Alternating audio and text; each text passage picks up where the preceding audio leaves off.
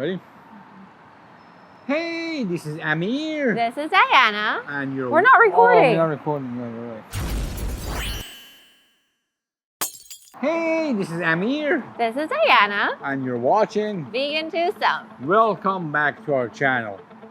If you're interested in vegan food and all other vegan things, you're in the right place, baby. Sit back, relax, grab yourself some fancy meal and enjoy this episode. We have new episodes Every Sunday. Boom! Today is a special one, folks. I know I always say this, I always say today is a special one, today is a special one, and it hardly ever is, let's be honest. But today, it is a special one. Tell the good folks where we are today. Today, we were invited to try the vegan tasting menu at the Observatory restaurant on top of Grouse Mountain in North Vancouver. We drove there, then you take the gondola up the mountain, and that's where the restaurant is. The drive there is beautiful, especially if you go on a nice sunny day like we did. The gondola ride is really cool and neat. And once you get there, it's also beautiful. There's lots of cool stuff up there. There's all these statues. Grouse Mountain is a very famous ski mountain in Vancouver as well. The price of the vegan tasting menu includes the gondola ride up and down because you can't climb up. I mean, you could. People do the grouse grind, which is essentially you climbing up the mountain, but you don't want to be all sweaty and gross for your dinner. And you definitely can't climb down because it's nighttime and who knows what's out there at night. So you have to take the gondola down. It's actually a very famous hike. People come from all over the world to hike it. Let's talk about the interior. What's the interior like? The place is finer dining for sure. It's a very intimate spot. There are only just a handful of tables.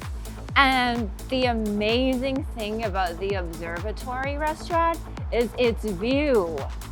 It's like a whole, more than a whole wall of open window, and the view is spectacular. It just overlooks Vancouver, the water. It's so beautiful. Enough fucking around.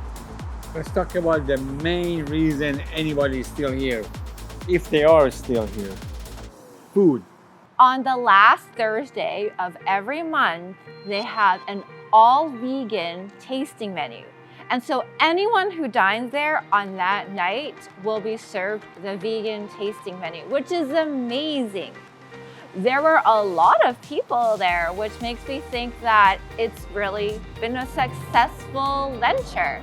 They started it this year, and every month the menu changes.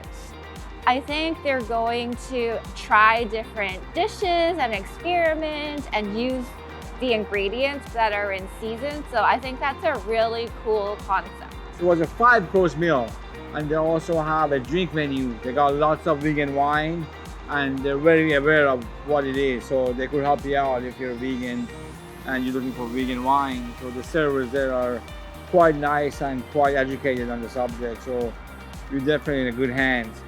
The first thing we had was an Amuse Bouche with carrot, horseradish, served on a tiny little spoon, and on the bottom there was a green oil, and I think it was probably a pea-infused oil. I thought this was quite fresh, a little bit refreshing, a little bit bitter, and it had a spice kick at the very end. So once it's finishing, there was a little bit of a spice, like, hello, I'm here, which I think it was a horseradish that had that spice. I tasted a lot of the horseradish, and I'm so about horseradish because I don't think it's just a spice. It's kind of like wasabi. How I taste wasabi, this is like what I think when I eat horseradish. Yeah, fair. And I don't like wasabi. I never put it on anything I eat. Supposed to cleanse your palate in preparation for the other dishes to come. And I suppose horseradish does do that for you. And the portion was tiny. But on the other hand, it's not like we would have wanted to eat a whole bunch of this either. Horseradish is a bit dominant of a taste. So I get the idea. The next course was the ceviche.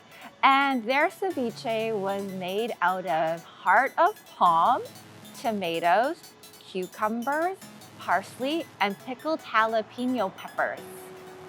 And it had a very nice citrusiness to it. When I started eating this ceviche, I immediately thought of Persian salad because the flavors and the ingredients are so similar and so is the taste. And I love Persian salad, so I also love this ceviche. And I feel like I don't get to eat heart of palms very often, so I love that as well. Refreshing, crisp, great way to start the meal. I believe the Persian salad Diana is referring to is salad Shirazi. And I agree, it was salad Shirazi, that's what it was. And I thought it was good, it was refreshing. And I think the tortilla was the best part of it. Like, it went so well with the toasted tortilla that it came with. And I think that really sent it home. That was my favorite part. That was not my favorite part. I didn't think it needed the tortilla. I would have been happy with more of this ceviche on its own. Yeah, I love the tortilla. So who's right here, who's wrong? You let us know in the comments. Do you like tortilla with your salad, Shirazi? Before we talk about the next dish, let's talk about subscribing to this channel. If you like vegan content, if you like what we do yourself a favor, do us a favor, press that subscribe, give it a thumbs up, and ring that bell so you don't miss any episodes. And you need to subscribe so we can hit our 30,000 subscriber mark. we're far, far away. We're like at 1,200 right now, so we need your help. Let's go! Next course was like a mushroom tart, and it had cheese incorporated into it, sitting on top of a risotto and with beetroot puree, and again with the green oil, which I think is beef. What did you think? I love this one. This was my favorite. Super fluffy, super flavorful. The cheese inside of it was really good. It had nuts inside it, so the nuts gave it a really good crunchiness, and the little bit of a beetroot on the side went really well with it as well, so it gave it a very nice kick and a nice flavor. Liked it a lot. This was also my favorite course of the evening. It was substantial, it was filling, the mushroom was delicious. The risotto that it sat on top of was also delicious. I probably could have eaten a whole dish of that on its own. It's so good. And I don't normally like beets. I feel like beets have a very distinctive taste, kind of a sweet taste, but the way that they pureed it up, and I'm thinking added some kind of acidity to it, some saltiness to it, it made it a really good kind of condiment to the rest of the dish. The next dish was introduced to us as being vegan fish, and it was celeriac, and around it was wrapped nori, which is seaweed, and it sat on top of a pea puree. Well, if you're a regular here, you know that I got no love for seaweed. In fact, I really don't like seaweed at all. I tolerate it in sushi if I have to, but normally I would stay away from it. However, in this case, the seaweed did not have that very strong seaweed taste. I don't know what they had done to it, but it wasn't that seaweedy. It was still seaweed, so didn't quite love it, but it wasn't as in your face as it normally is. And the pea puree, that was the best part of the dish. I really like that. But overall, not something I would go for and not something I would recommend because of my own personal taste. I didn't feel like the celeriac captured the texture of fish at all. Fish to me, when it's cooked, is flaky. I don't know if you've had celeriac or cooked it yourself. It's definitely not flaky or has that texture at all. And the seaweed, I like seaweed. Like, I'll eat seaweed on its own, so it doesn't bother me at all. And I get that the seaweed, the intention was to add that fishiness, that ocean taste to the celeriac, but I didn't think it did that really at all. And maybe it's because, like Amir said, the taste of the seaweed was not very strong. I think there are other ways of preparing the celeriac to be more infused with that ocean taste, like maybe marinating or brining or something like that with the seaweed and then cooking it. I also didn't like the texture of the seaweed. It was kind of soft and soggy, which I didn't get. So I didn't really like this dish if it was trying to be fish. Let's talk about dessert, fam. What do you think of the dessert?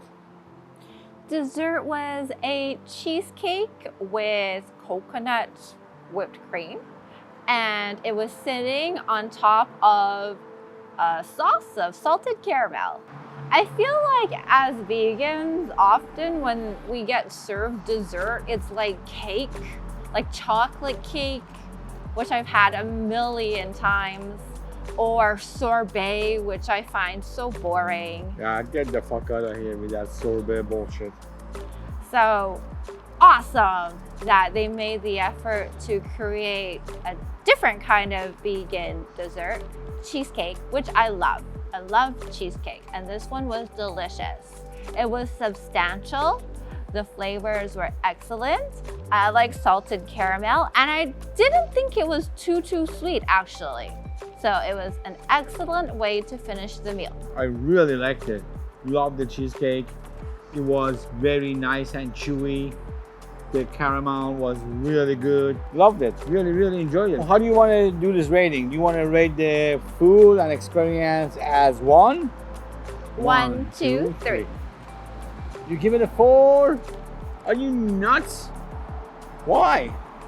First, the experience is amazing. I hadn't been up Grouse Mountain in a long time. So for me, it was like going up for pretty much the first time again on the gondola and seeing that beautiful view.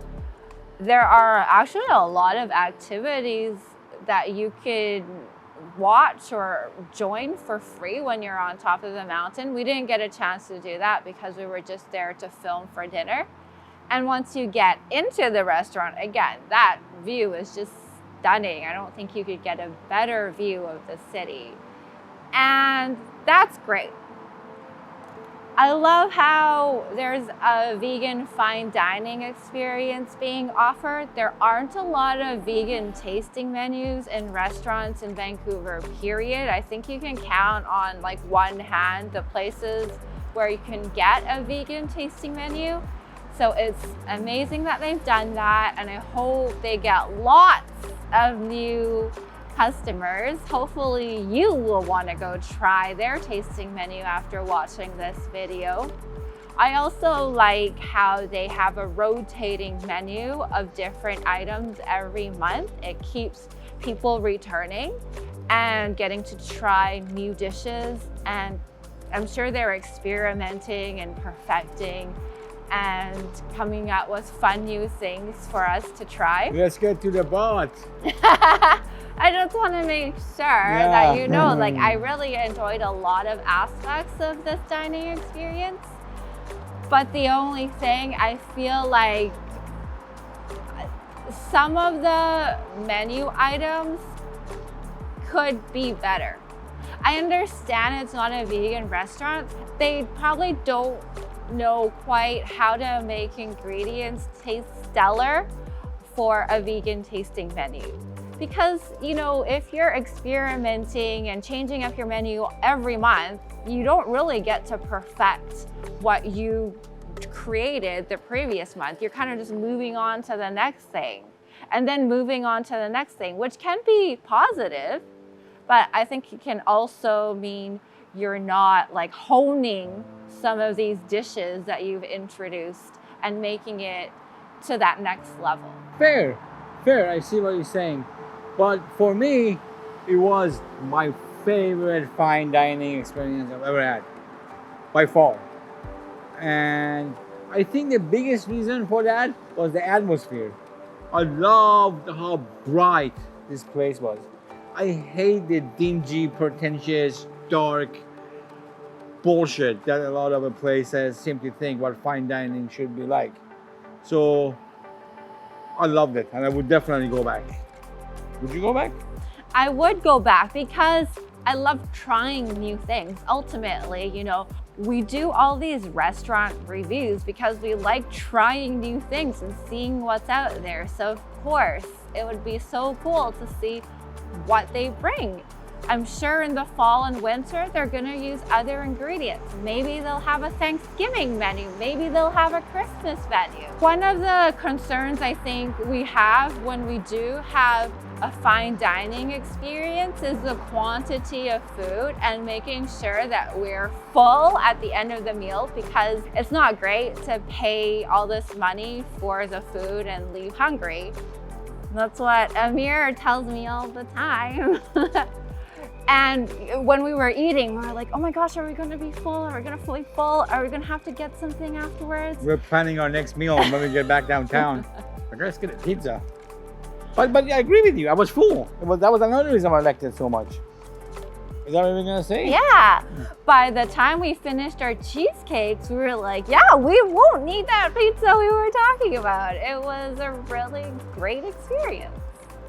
We also want to thank the Observatory team for inviting us there and taking really good care of us. We really appreciate it. It meant a lot. Thank you. Thank you. Take a look at this fine dining restaurant we also reviewed. Do we like it? Probably. Hey, don't tell them. Watch it. Okay. Watch it. Well, you have no idea how to plug your own shit, do you? Thanks for watching. Thank you for watching.